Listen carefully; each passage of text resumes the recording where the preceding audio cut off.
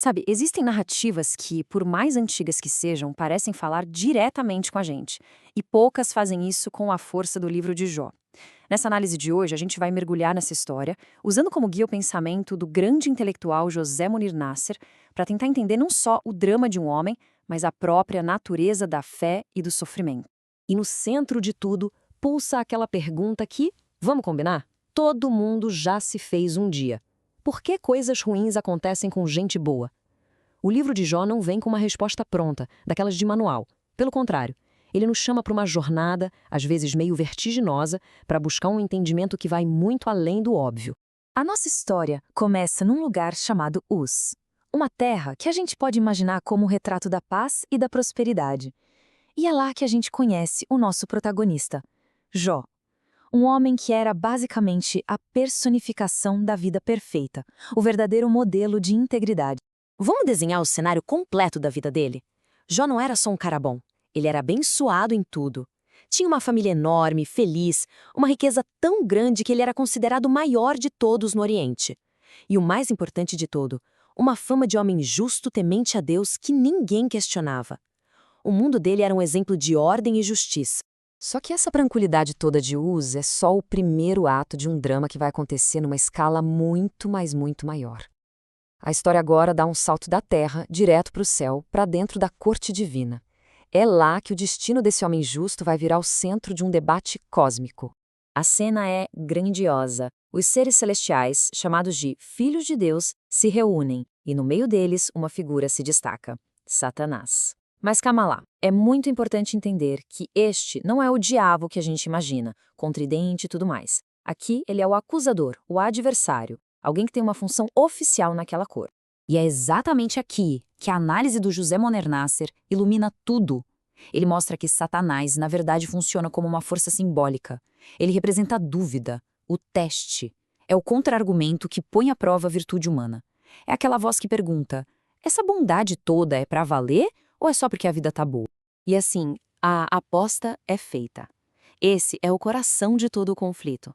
De um lado, Deus, que confia na integridade do seu servo.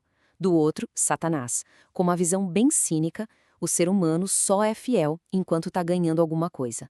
A grande questão é lançada: a virtude sobrevive quando o mundo de uma pessoa desaba? A permissão é concedida. E o que acontece em seguida é uma catástrofe avassaladora.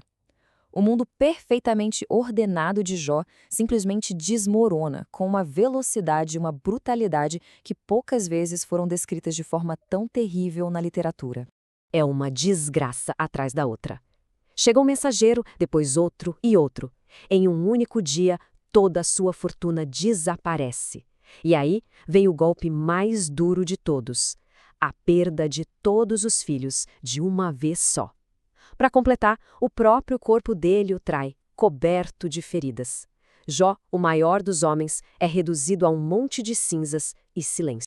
No meio dessa desolação toda, aparecem 3 amigos para consolar: Elifaz, Baldad e Sofar.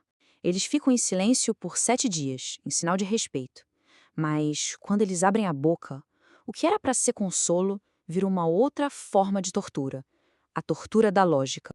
O raciocínio deles parece perfeito, né? Se Deus é justo e o justo prospera enquanto o mal é punido, o sofrimento de Jó só pode significar uma coisa: ele cometeu algum pecado escondido. Eles tentam encaixar a dor de Jó numa caixinha de causa e efeito, e o que era para ser conforto vira uma acusação. Mas Jó não aceita essa lógica fria. Ele se agarra à única verdade que ele conhece, a sua inocência. E com essas palavras, ele joga na cara dos amigos a crueldade do argumento deles. Eles não estavam defendendo a Deus, estavam defendendo a própria visão de mundo organizada, mesmo que para isso tivessem que destruir a verdade e a amizade. Depois de capítulos e mais capítulos de um debate angustiante que não leva a lugar nenhum, quando todas as palavras e argumentos humanos se esgotam, o divino entra em cena. Deus finalmente fala com Jó, mas de um jeito que ninguém esperava. Ele surge de dentro de um redemoinho e a sua resposta vai mudar tudo. E essa é a grande virada da história. A gente espera que Deus explique o porquê do sofrimento, que revele a aposta. Mas não é nada disso que acontece. Em vez de dar uma resposta, ele devolve com uma enxurrada de perguntas que servem para virar a perspectiva de Jó de cabeça para baixo. A primeira pergunta já dá o tom. É um convite à humildade. Deus não está humilhando Jó, mas mostrando para ele a imensidão e a complexidade da criação. Uma complexidade que está muito além da nossa capacidade de julgar. As perguntas continuam, uma mais poética e grandiosa que a outra, mostrando o domínio divino sobre cada detalhe do universo. Cada pergunta reforça a mesma ideia. A ordem do mundo funciona numa escala e com uma sabedoria que a nossa mente nem consegue começar a imaginar. O objetivo desse discurso todo não é dar uma resposta. É quase como se fosse dissolver a pergunta de Jó. É mostrar que exigir uma explicação lógica e moral para tudo que acontece, segundo os nossos padrões, é um tipo de arrogância. A realidade é infinitamente mais misteriosa. E aqui o ponto central de Nasser fica claro como água. A verdadeira lição para Jó não é descobrir o porquê da sua dor. A lição é aceitar com reverência que a ordem divina é um mistério e que a fé de verdade não está em entender tudo, mas em confiar mesmo sem ter todas as respostas. Ok, a gente acompanhou toda essa jornada de Jó, mas no final das contas, o que isso nos ensina hoje? Qual a relevância dessa história vista pelos olhos de Munir Nasser para a nossa vida aqui e agora? Nasser resume o problema todo no que ele chama de exigência satânica. É a mentalidade do acusador e dos amigos de Jó. Essa neurose de achar que a vida tem que ser uma planilha, onde toda boa ação gera um crédito e todo sofrimento é uma dívida sendo paga. Essa visão, além de não ser verdadeira, é desumana. As lições, então, são o chamado para autenticidade. A história nos ensina a abraçar nossa condição, finita, imperfeita, a trocar exigência por respostas pela postura de confiança, a entender que a integridade não é não sofrer, mas sim como a gente enfrenta o sofrimento. E, um ponto crucial, a sair do remorso que nos paralisa para o arrependimento que nos move para frente. No final de tudo, Deus devolve a Jó o dobro de tudo que ele tinha perdido. Mas é fundamental entender que isso não é um pagamento pela paciência dele. É um símbolo da graça, da renovação que acontece depois de uma transformação profunda.